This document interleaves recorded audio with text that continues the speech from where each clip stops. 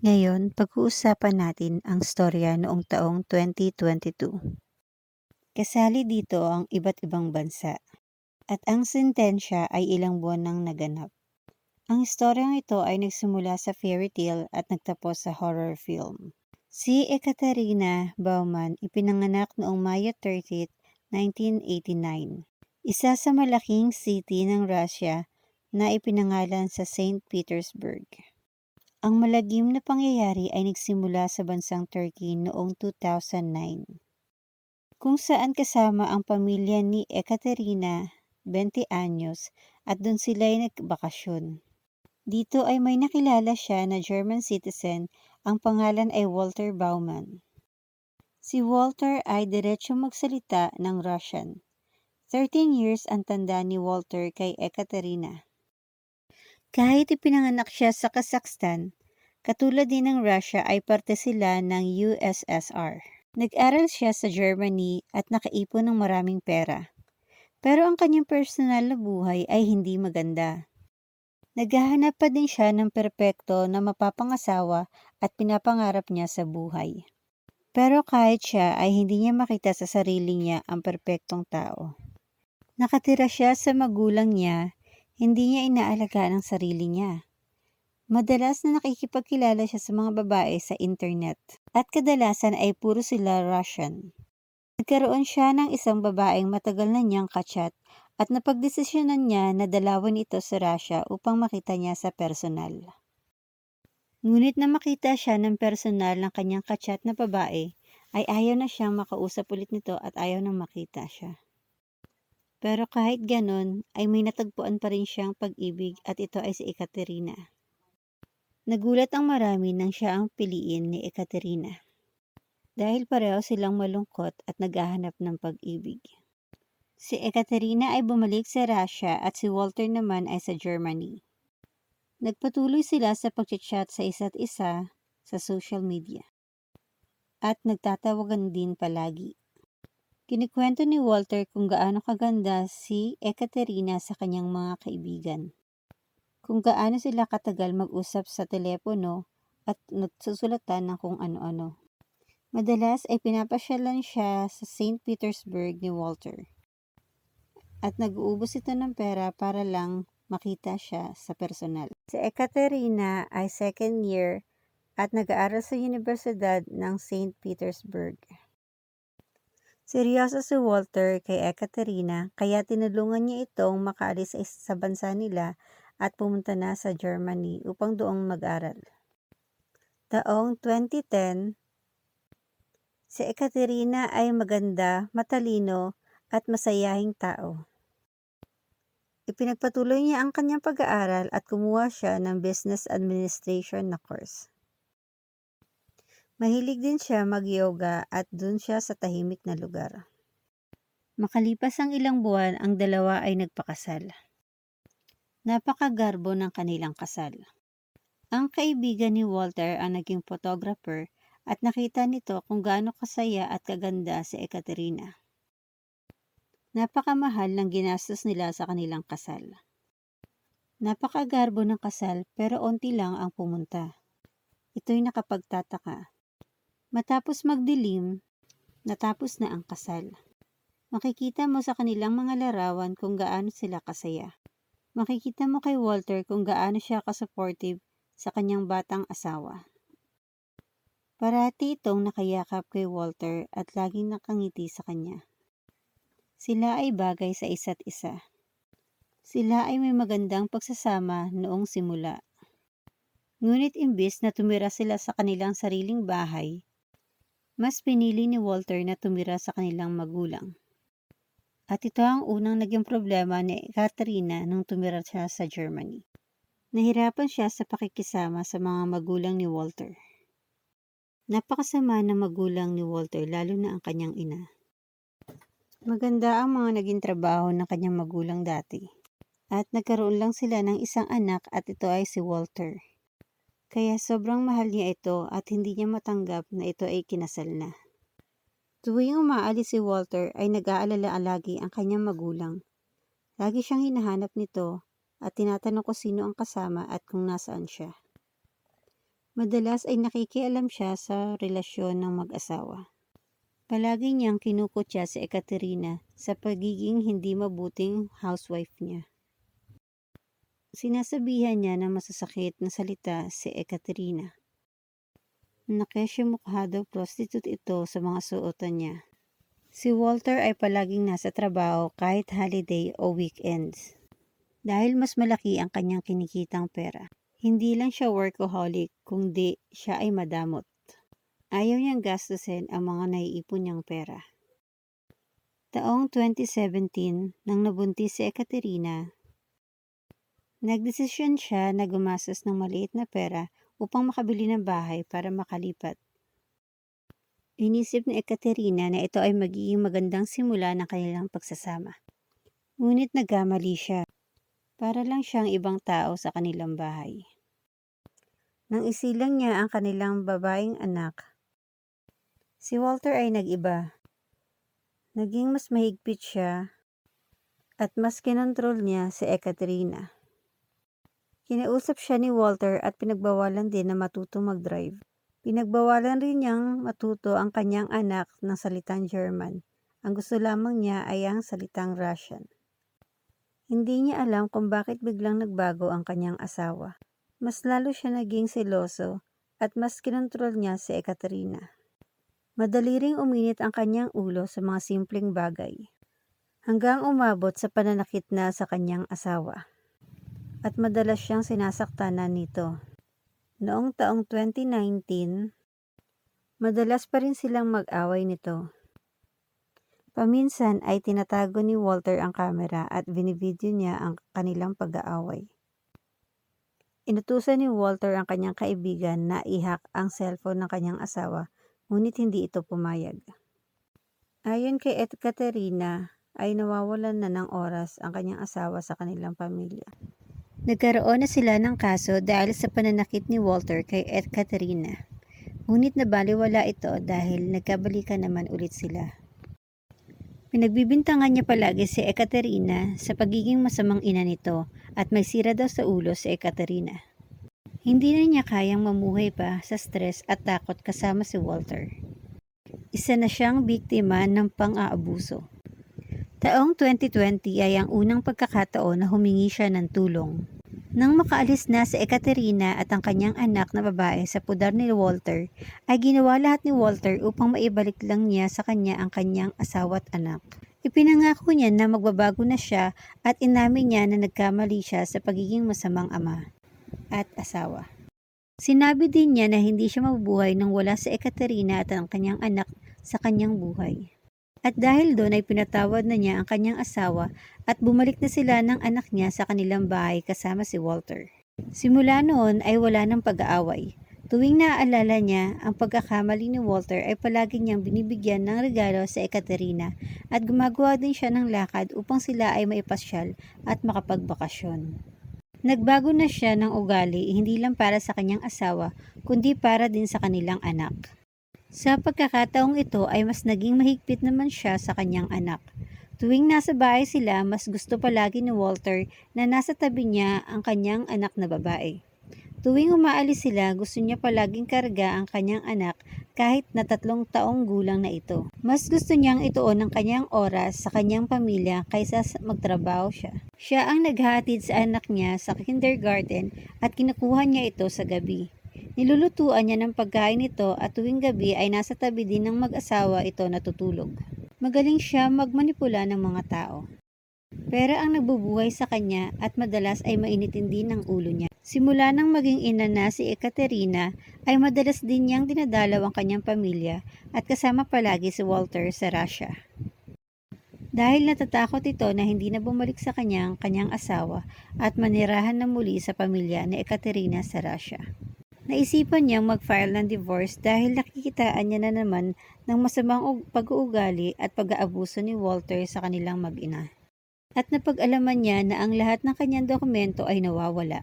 Dinala pala ni Walter ang lahat ng kanyang importanteng papeles sa bahay ng magulang ni Walter at iniwan doon.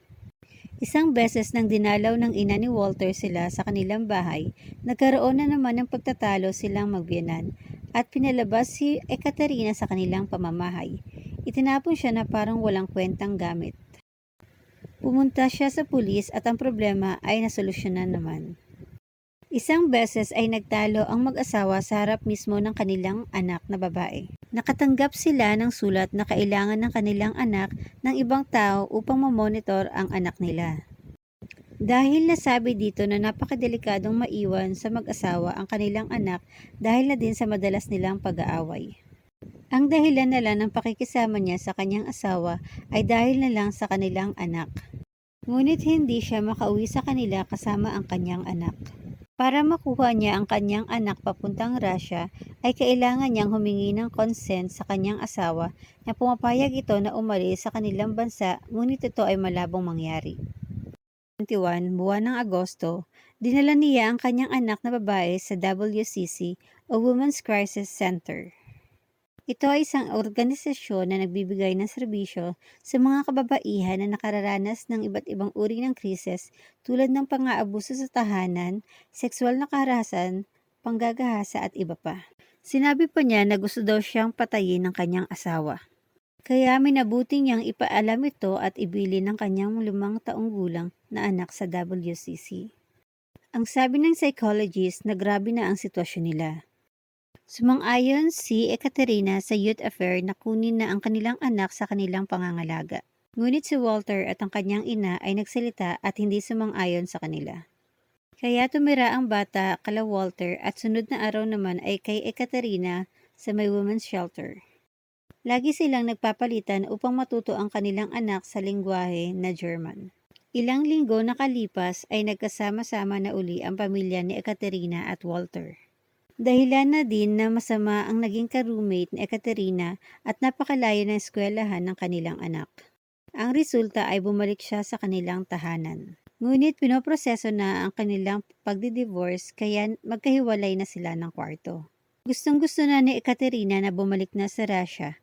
Payag naman si Walter sa isang kondisyon lang na ang kanilang anak ay maiiwan sa kanya sa Germany. Kaya umuwi siya mag-isa sa St. Petersburg sa Russia taong 2021 at 2022. Sa Russia, mayroon siyang dinate na lalaki na nakilala din niya sa internet. Ito ay isang pilot. Bumalik siya sa kalagitnaan ng Enero 2022. At patuloy niyang ka-chat ang piloto araw-araw. Nagpapalitan sila ng mga matatamis na mensahe sa isa't isa. Pero noong nakabalik siya sa Germany makalipas ang ilang linggo, Pebrero 4, 2022, ang 32 anyos na babae ay tumigil ng kontakin ang kanyang pamilya at ang kanyang bagong pag-ibig. Isang walang laman na maleta at 13,000 euro galing sa kanyang asawa na si Walter ay dala ni Ekaterina nung siya ay umalis muli. Iniwan niya ang kanyang cellphone, susi, damit at higit sa lahat ang kanyang 5 taong gulang na anak.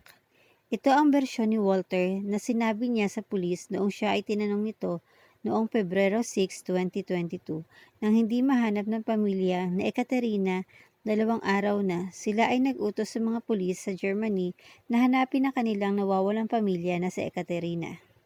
Bigla na lang siyang nawala ng walang namang kadahilanan. Hindi din daw makontak si Ekaterina ilang araw na, sabi ni Walter. Hindi din niya ito makita simula pa Pebrero 5, sinabi din niya na baka hindi ito makasagot dahil walang pera sa Ekaterina. Ang mga pulis ay nagsimula na sa paghahanap kay Ekaterina. Hinanap nila ito sa bawat sulok ng mga lugar at inaral ang mga bawat bersyon ng pangyayari. Isa sa mga walang pakialam sa pagkawala ni Ekaterina ay si Walter.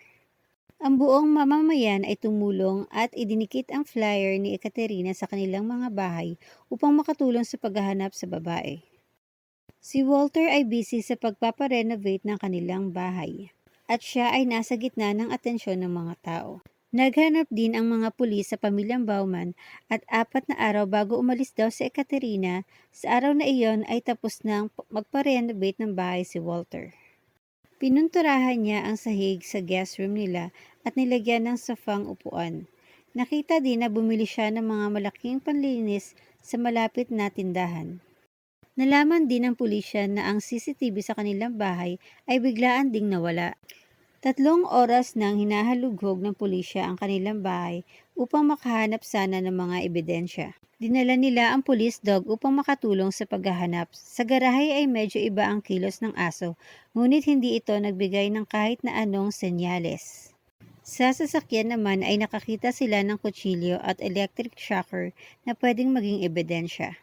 Napansin din ng mga pulis na wala man lang pag-aalala si Walter sa kanyang asawa na matagal nang nawawala, na mas interesado pa siya na malaman na siya na ang mag-aalaga sa kanyang 5 taong gulang na anak kung hindi na makakabalik ang kanyang asawa. Araw-araw ang paghahanap na ginawa kay Ekaterina pero hindi pa din siya nahahanap. Para siyang isang bula na nawala. Hindi naniniwala ang pulisya na bigla na lang iiwan ni Ekaterina ang kanyang mga importanteng kagamitan, lalo na ang kanilang anak ng ganun-ganun na lang. Nagsususpetsa na ang mga pulis sa salaysay ni Walter na umalis sa Ekaterina. Dala-dala ang walang laman na maleta. Ang biglaang pagkawala ni Ekaterina ay ikinababahala ng mga tao sa kanilang lugar. Kahit ang mga tao na hindi kakilala sa Ekaterina ay tumulong na din sa paghahanap sa nawawalang babae. Hindi kami titigil sa paghahanap hanggat hindi namin nalalaman ang totoong pangyayari, sabi ng isang organizer sa paghahanap kay Ekaterina. 2 linggo makalipas ang pagkawala ng batang ina, 400 boluntaryo sa buong North Germany ay hinahanap siya sa tulong ng rescue dogs maraming beses. Maraming nakaalam nito dahil kumalat ito sa social media at nakita ng mga mamamayan sa Russia. At ito ay pinalabas sa nangungunang balita sa Russia. Ang anak ko ay kasama itong lalaki ng 12 taon pero 1 taon at kalahati.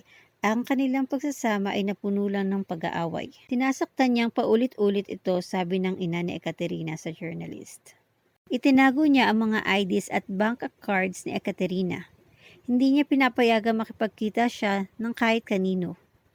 Ang sumbong pa ng ina ni Ekaterina. March 1, 2022, 25 araw na nawala si Ekaterina, nakakagulat na balita ang kumalat. Una ay nabalita lang sa Germany hanggang mabalita na din ito sa Russia.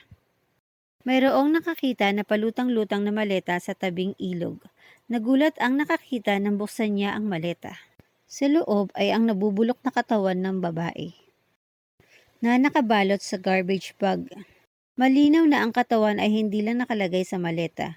Ang iba ay nawawala. Nakakalungkot man malaman, ngunit ito ay si Ekaterina Bauman. Sa di maipaliwanag na pangyayari, ang maleta ay natagpuan malapit sa lighthouse kung saan siya ikinasal. Hindi nila iyon inaasahan.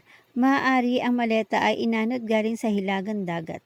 Kung hindi iyon natagpuan ay maaring nawala na siya habang buhay. Dito natapos ang paghahanap ng pamilya at natuklasan ang masalimuot na katapusan ng buhay ni Ekaterina. Ngayon ay makakapagpaalam na sila sa kanilang mahal na anak, ina at kaibigan na si Ekaterina.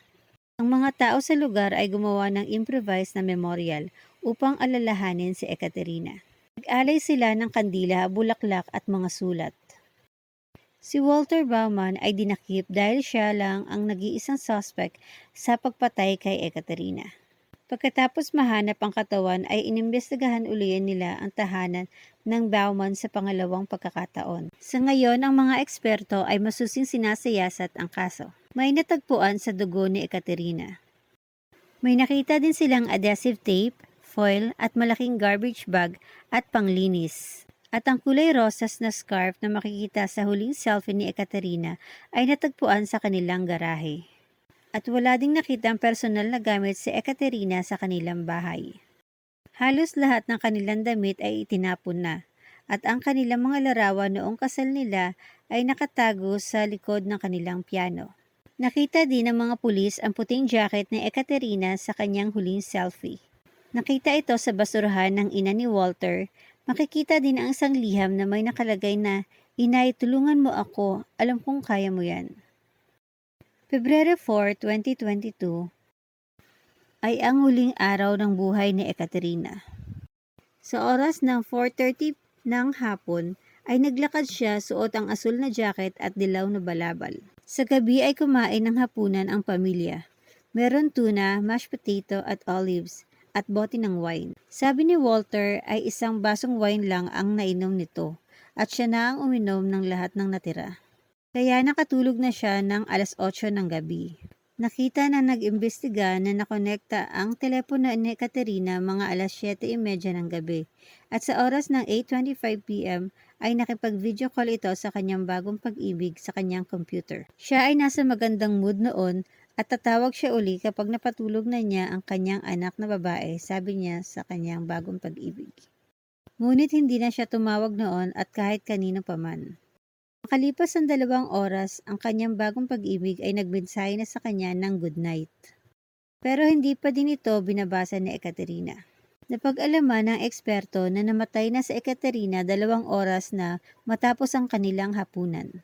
Ito ay sa pagsusuri ng eksperto sa tiyan at makikitaan ito na nakainom ng matapang na uri ng likido at alkohol sa kanyang dugo. At may mga bali ding buto at ang pagkamatay niya ay dahilan sa sinakal si Ekaterina. At ang iba pang ginamit sa katawan ni Ekaterina ay matatalas na kagamitan. Binuksan ni Walter ang kanyang sasakyan alas 7:22 ng umaga. Sa oras ng alas 10 ng umaga, ginamit niya ang sasakyan at bumalik ng 4:49 ng hapon. 3 araw makalipas, tinawagan ni Walter ang telepono ng kanyang asawa para lang masabi na ito ay umalis sa kanila. Nagpadala din ito ng konting mga mensahe at tinatanong ng walang kwentang katanungan tulad ng "Asan ka, Ekaterina?" Bago ang pagkawala ni Ekaterina ay madalas ang pagchat-chat ng mag-ina sa WhatsApp araw-araw. Makaraan ng Pebrero 4 ay hindi na uli sila nag-chat. Nalubha namang nakapagtataka. Sa kalagitnaan ng Pebrero, dinala niya ang kanyang sasakyan sa pag-awaan at sinabi sa mga nagtatrabaho doon na kailangan na linisin ng mabuti ang loob ng sasakyan. Agosto 26, 2022, nagsimula ang paglilitis. Sinabi dito na may inilagay ito sa iniinom na wine ng biktima. At nang makatulog na sa Ekaterina ay sinakal ito ni Walter. At nakaplano na din kung ano ang gagawin niya sa katawan ni Ekaterina. At dahil doon ay nawalan ng karapatan si Walter na mapunta sa pudar niya ang kanilang anak na babae. At marami ring bakas ng dugo ni Ekaterina sa garahe. Gusto sanang linisin ni Walter ang kanyang mga nakalat na ebidensya at iba't ibang parte ng patak ng dugo ni Ekaterina. Napatunayan din ng eksperto na ang nakitang mga bakas ng dugo lahat ay kay Ekaterina. Madami din silang nakitang ebidensya sa telepono ni Walter tulad na lang sa mga nakita sa kanyang search history. Sa buwan ng Disyembre 2021 hanggang sa Pebrero 2022, siya ay nakagawa ng 500 pagsisearch sa internet. Lahat ay tumutugma na plinano talaga ni Walter ang karumal-dumal na krimen. Sa araw ng pagkawala ng kanyang asawa, ginugol niya ang electric shocker 2 beses. Nakakitaan din ng eksperto na may electrocution si Ekaterina sa kanyang katawan. Ginamit daw iyon ni Walter upang malaman niya kung buhay pa ang kanyang asawa. Sa korte ay suot niya ang kanilang wedding ring at sinabing siya ay balo na. Noong una ay baliwala lang sa kanya ang lahat. Ngunit nang ang kanyang ina na ang tumayo at nag-witness para sa kanya, ay biglang naiyak si Walter. Magkahawak ang kanyang kamay na para itong nagdadasal. "Alisin mo na ako dito," pakiusap niya sa kanyang ina sa sulat niya. At parang sumang-ayon ng kanyang ina na tulungan ng kanyang anak. At habang nagsasalita ang ina ni Walter ay umamin ito na siya ang pumatay kay Ekaterina. Siya daw ang gumawa, hindi ang kanyang anak. Ito ang sinabi niya sa korte. Pumunta siya sa bahay ng mag-asawa sa kalagitnaan ng gabi dahil tumawag sa kanya ang kanyang anak na si Walter at nakiusap na alagaan muna niya ang kanilang anak na apo naman ni Ludmila. Nang dumating siya ay nakita niya si Ekaterina sa sofa na mahimbing ang tulog. Gising ito ng ina ni Walter at naalimpungatan si Ekaterina kaya nahampas niya ang ina ni Walter. At doon nagsimula ang kanilang pag-aaway. At doon na nangyari na nasakal ni Ludmila si Ekaterina hanggang ito ay mamatay. Siya din ang gumawa ng paghati-hati ng katawan ni Ekaterina. Sabi pa niya na mahal niya si Ekaterina bilang anak. Ayaw niya iyong mangyari. Pero siya nga ba talaga ang gumawa nito o sinabi niya lang ito upang pagtakpan ang kanyang mahal na anak na si Walter? At tulad ng sabi dito, malapit talaga ang mag-ina sa isa't isa. Madalas din itong magkausap. Ang pag-uusap nila sa WhatsApp chat ay umabot ng 69 na pahina. Ngunit ang matanda ay nanatiling malaya dahil hindi ito pinaniwalaan ng korte at ito ay para protektahan lamang ang kanyang anak. Pinipilit pa din niyang paniwalaan siya ng korte at sumulat pa ito at sinabing hindi ito ginawa ng kanyang anak. Nakiusap siyang siya na lang ang ikulong at pakawalan na ang kanyang anak, ngunit hindi siya pinahintulutan at sinunod. Upang paniwalaan siya ng korte ay sinabi niya kung nasaan pa ang ibang parte ng katawan ni Ekaterina. At itinuro niya iyon na tama naman. Ngunit napag-alaman na nagsisinungaling pa din ang matandang babae dahil nakita sa CCTV ng kapitbahay na dumating siya sa bahay ng kanyang anak ay patay na si Ekaterina. Kahit na hindi siya ang gumawa sa pagpatay, ay tumulong pa din siya sa paglinis ng bahay. Tinulungan niya pa din na pagtakpan ang krimen na nagawa ng kanyang anak. Pero iba ang patakaran sa Germany kaya hindi pa din siya ikinulong. At ayaw pa ding tumigil ng ina. At patuloy pa din ito sa pagsulat sa korte na hindi ito ginawa ng kanyang anak kung hindi siya talaga ang kriminal. Sinabi niya sa sulat na ayaw niya talaga kay Ekaterina, kaya't binigyan niya ito ng lason upang inumin. Ngunit nagulat siya nang ito ay nagising pa din.